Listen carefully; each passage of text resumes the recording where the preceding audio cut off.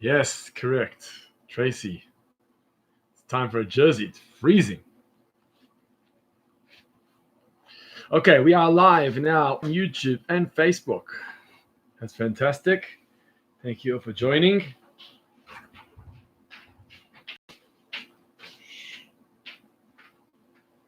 Thank you for joining us here. Good to see you all here live.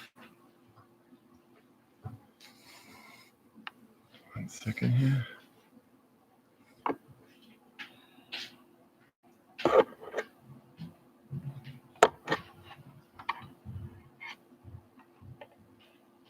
We'll get the right up.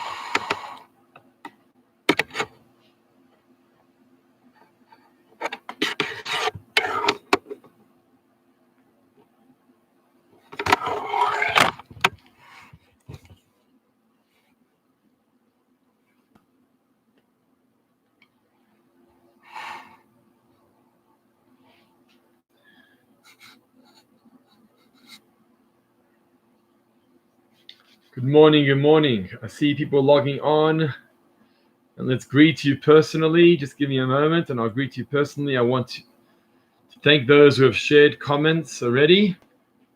It's amazing. Thank you.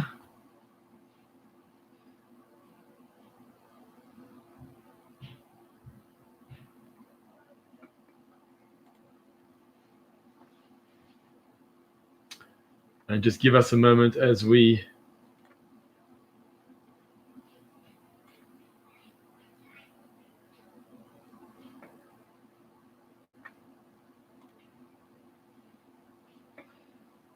So let's greet you personally. Good morning to Mark Wachenheimer, Larry Cohen, and Helen Feinstein, and Tracy Mindel.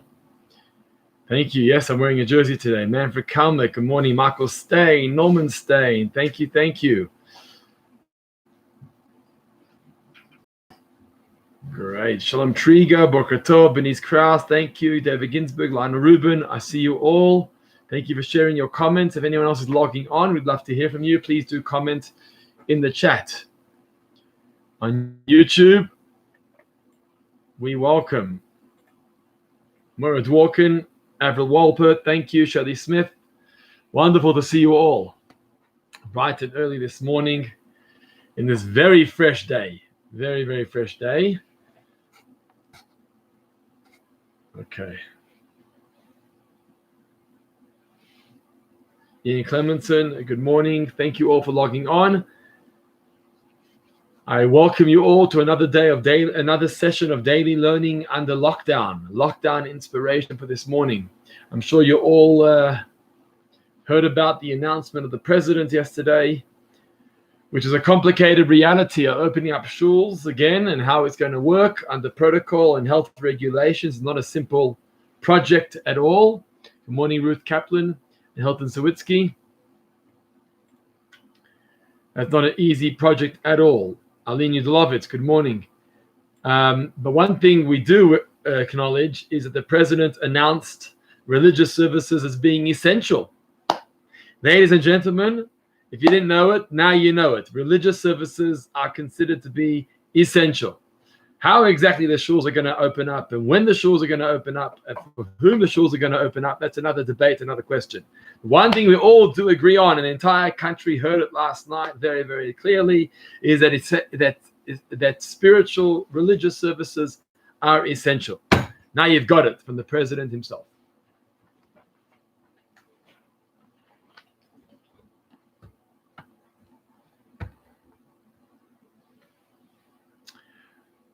On YouTube, good morning, Ian Clemenson, Raylene Brask, Fega Sega. Thank you for joining.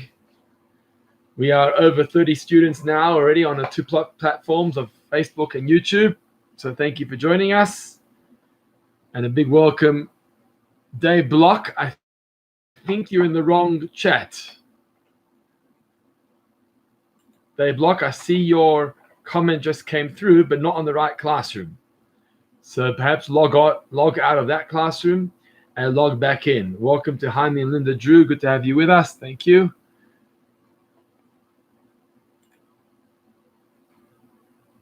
Fantastic.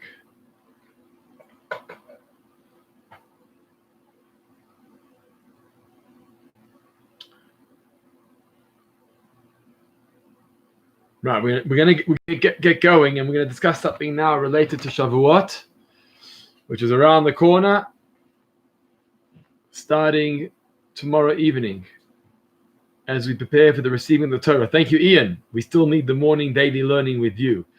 Yes, don't worry. Opening of shuls is not a simple reality, and we'll see what that brings in due course. I'm not sure exactly our work and how it's going to play out just yet. So we'll see in due course. In the next day or so, we will find out more details before Shabbos, please God. Morning, Hilly. Thank you. Sorry.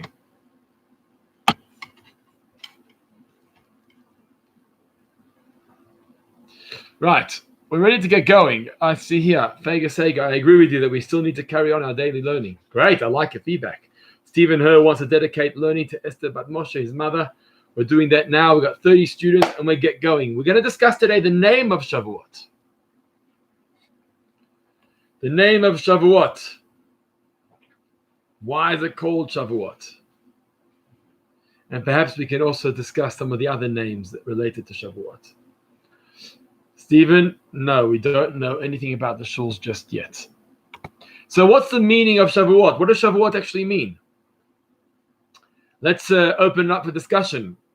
My dear students, please post on the chats, whether you're on YouTube or Facebook, what does the name Shavuot actually mean? Please share them with us. And we will take it from there.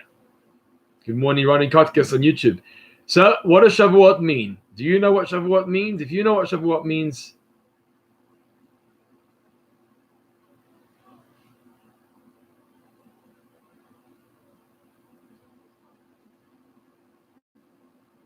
we'd love to see your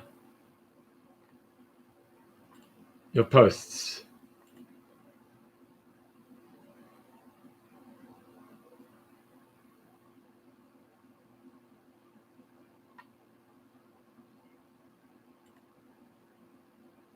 I see Tracy's message.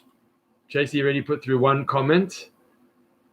Tracy, oh good. Dave Block, Shkoyach. Ronnie Kotkes, I see your comment on YouTube.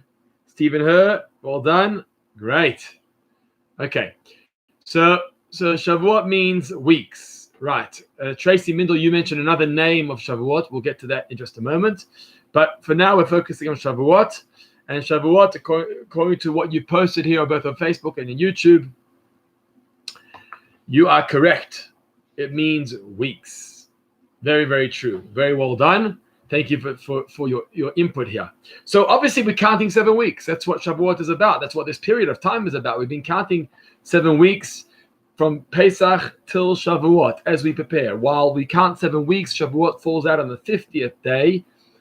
50th day of the count is Shavuot, and that's why it's called weeks, because we're counting weeks. Thank you very, very much. Good.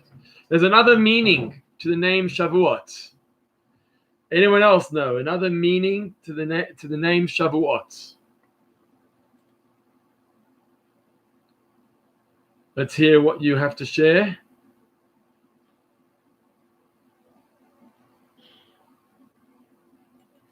Oh, so Brian Olwen can't share on the platforms that we're using. So a private message comes from Brian Olwen that Shavuot means an oath. Very good. It means an oath. Shvu'ah.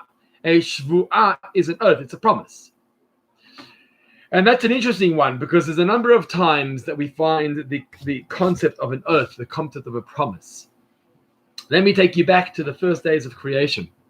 In the first days of creation, when we have the 6 days of the week and then followed by Shabbos. Thank you, Aline. We're going to get onto Chag HaBikurim in just a moment. We're now focusing on the name of Shavuot itself. And the second meaning, we spoke about Shavuot meaning weeks. Now we're focusing on Shavuot to mean the Shvu'ah, the oath. And it takes us back to the days of creation. And something stands out. When it comes to Friday, something stands out. Besides the fact that it's Erev Shabbos, there's something else quite interesting by the terminology that the Torah uses.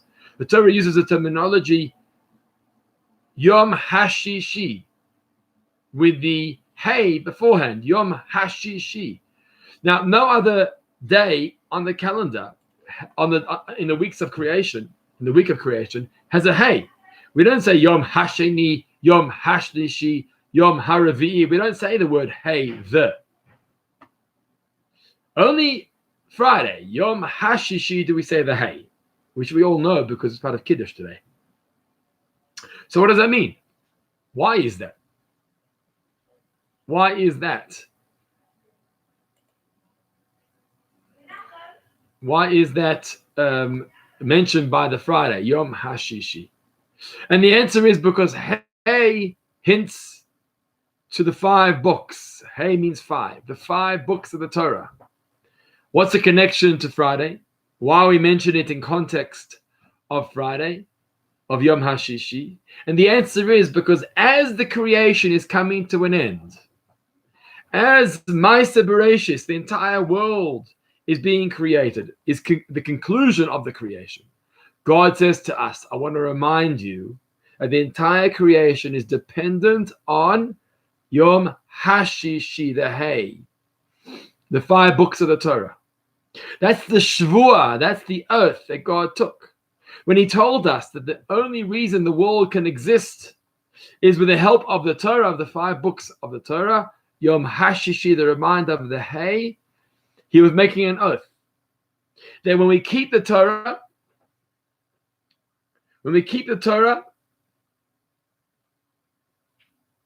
we deserve to have a world. We deserve to function. We deserve to live.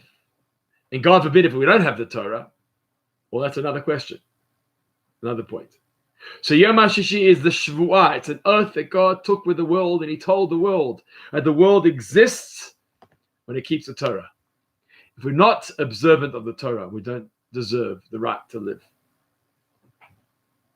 There's another time when we find the word Shvuah, or the concept of a Shvuah, and it's the moment of birth. When we're born, there's a promise.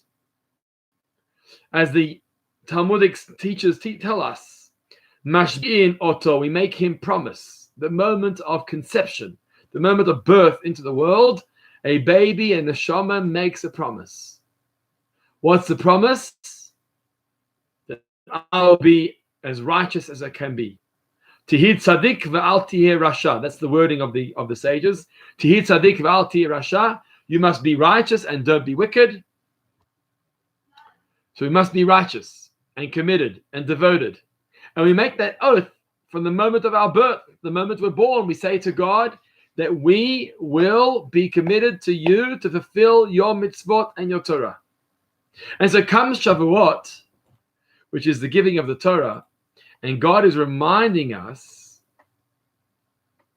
he's reminding us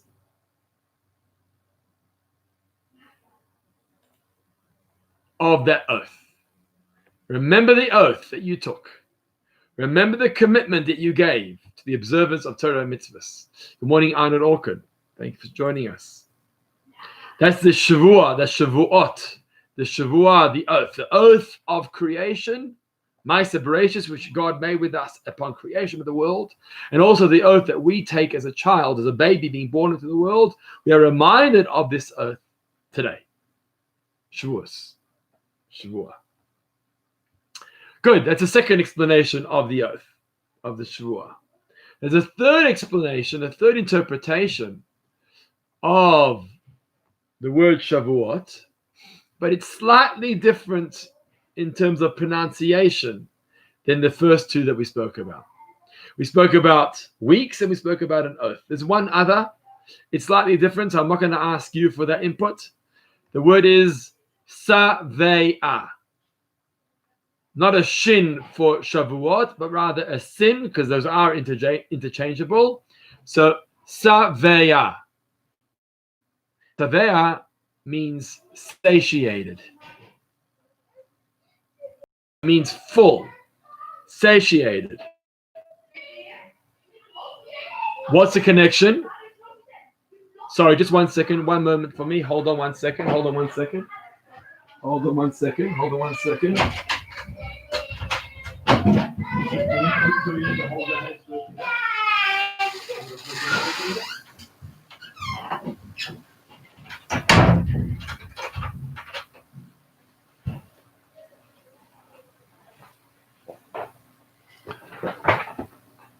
Sorry, excuse me. We're back. Back online.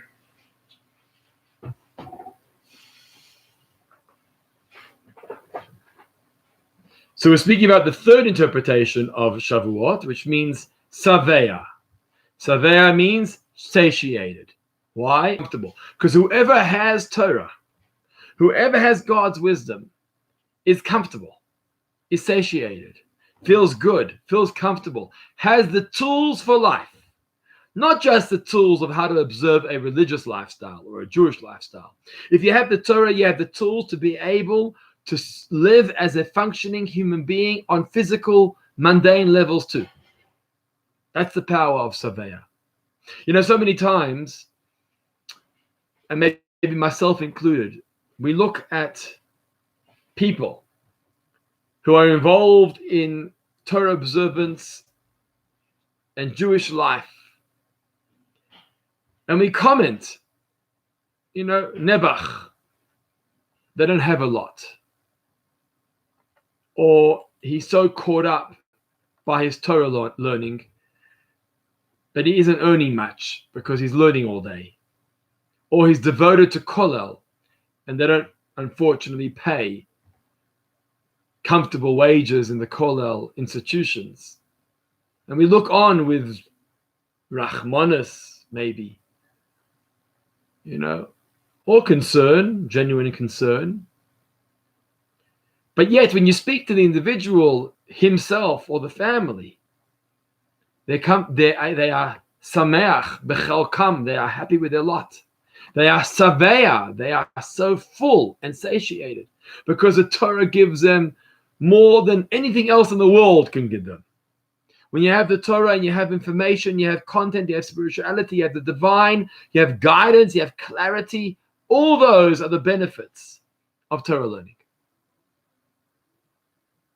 When you have Torah in your brain, you have Torah in your mind, you're good to go in any environment. It gives you the confidence, it gives you the clarity, it gives you the knowledge. That's the advantage of these daily learning lockdown inspiration sessions, which you've been part of so faithfully, is because it gives us the koyach, and it gives us the energy and the confidence with which to deal with life. That's the amazing thing. And so thank you for being part of this and for joining. If anyone else is joining along with us now, we'd love to hear from you. So please do share the comments in any of us, YouTube, Facebook. We love to interact with you and to welcome you personally. Thank you very, very much for joining us. So those are the three explanations of Shavuot. Weeks, oath, and satiated. Comfortable, because we have what we need.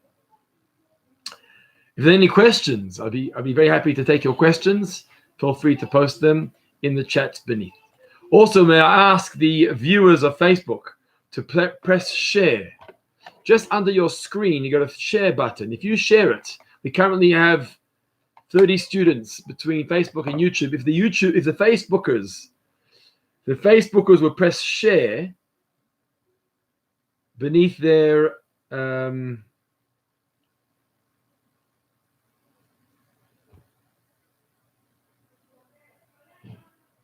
beneath their screens, everyone else will see what you're busy with.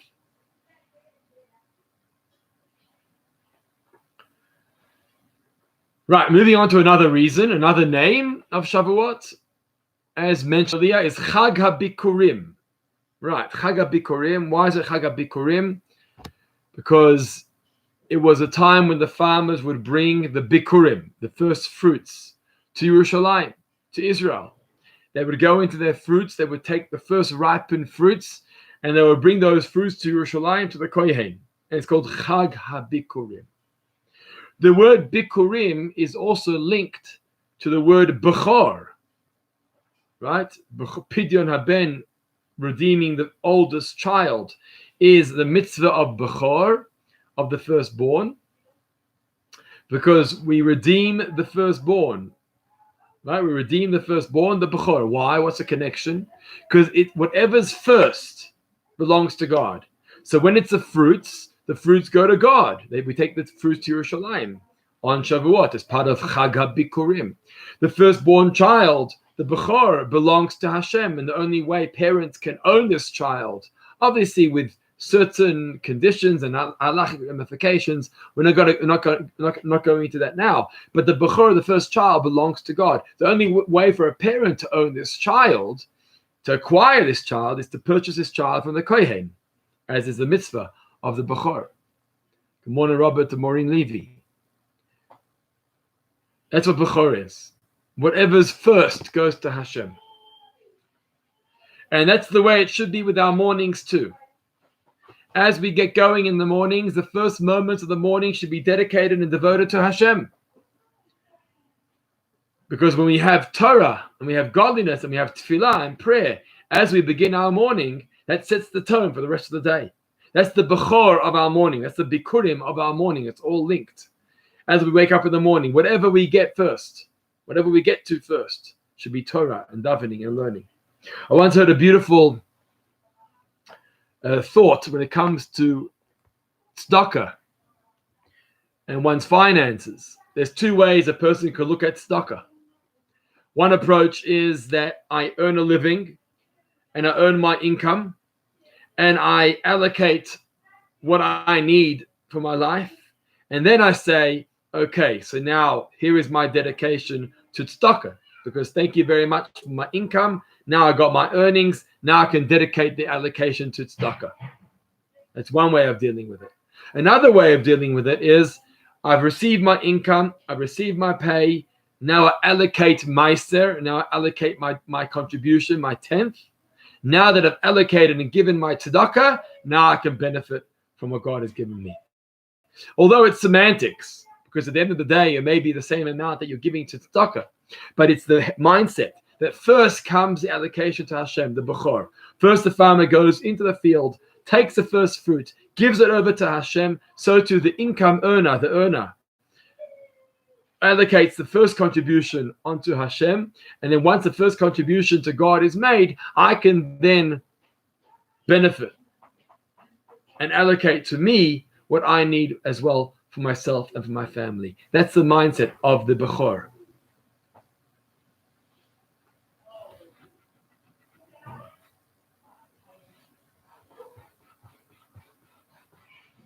And that's the name of the Chag HaBikurim. We know that Shavuot has other names.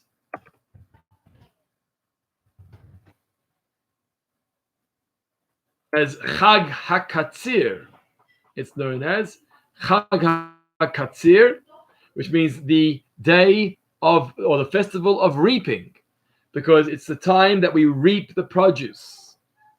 It's the time that we reap the produce into the summer months in Israel, which is a big advantage that Israel has now, especially during the Corona lockdown period, is that it's warm. It's the summer months. It's time now to reap, to harvest, to bring in the produce.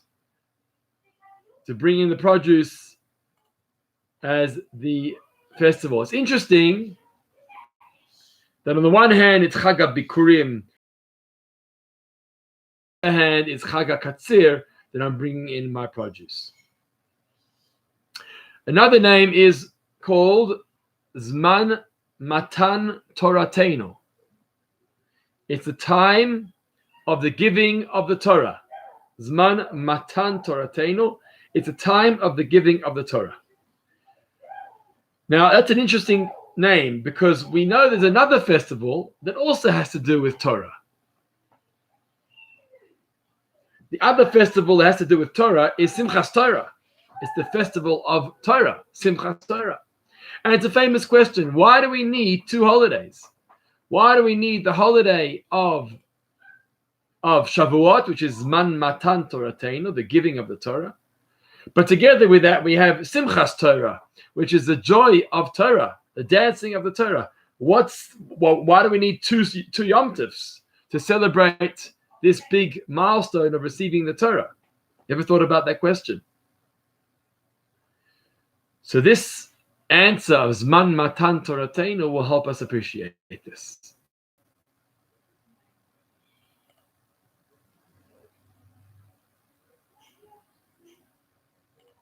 On Shavuot, we're celebrating the giving of the Torah. You know, when it comes to the giving of the Torah, God gave us a Torah on Shavuot. But when do we actually receive the Torah? That's another question. Kabbalat Torah is another stage. First, you give the gift. Then you receive the gift. There's two stages in this process. Hashem gave us the Torah on Shavuot. That's correct. But who said we're going to receive it? And when I say receive it, it doesn't just mean, be there by the foot of Mount Sinai. Receiving means to live it. Receiving means to implement it. Receiving means to actually study it. So what's going to guarantee? When do we guarantee? When do we say in confidence that we've been committed and dedicated and devoted and we've received Kabbalat HaTorah, we've received the Torah? That happens later on, Simchas Torah time.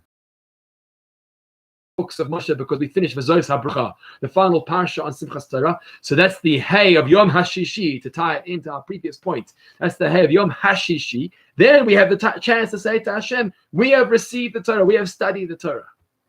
It's all nice and well that God gave us the Torah. It's the next step of actually studying the Torah. That's the trick.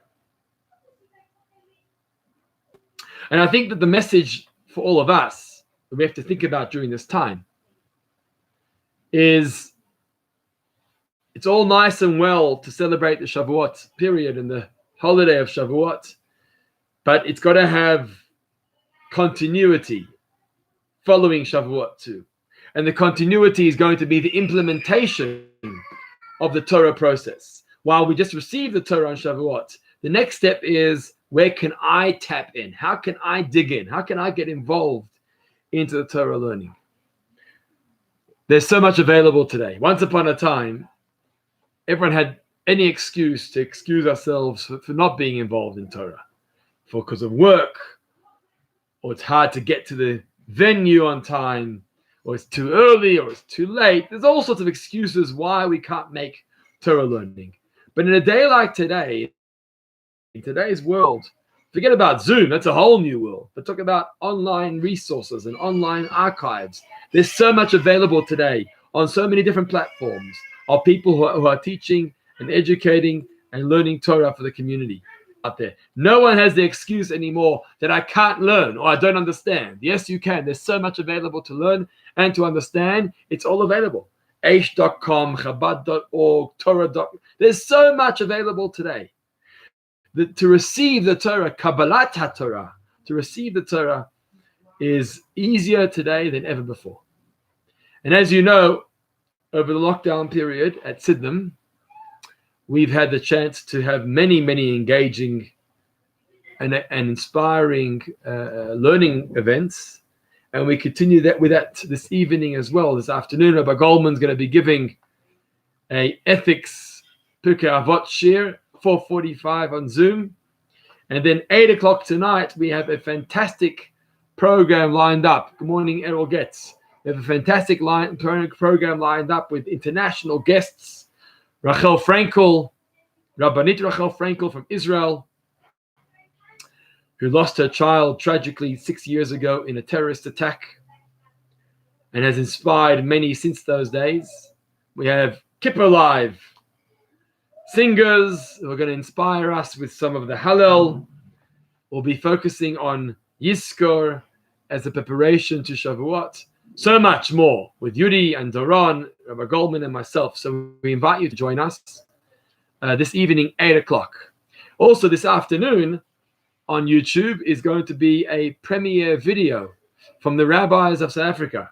Over 30 rabbis of South Africa will be educating the South African Jewish community with Torah content as we build up towards Shavuot. That's going to be broadcasted 4 o'clock on YouTube. If you haven't received the link yet, it has been sent out. It's on Facebook. You can check it out on the Shul's Facebook page. Or what we can do now is we can try and share it here, actually. Let's do this. Watch this, guys. We're going to use technology of today. And there we go. YouTube, you've got the link. No, too big.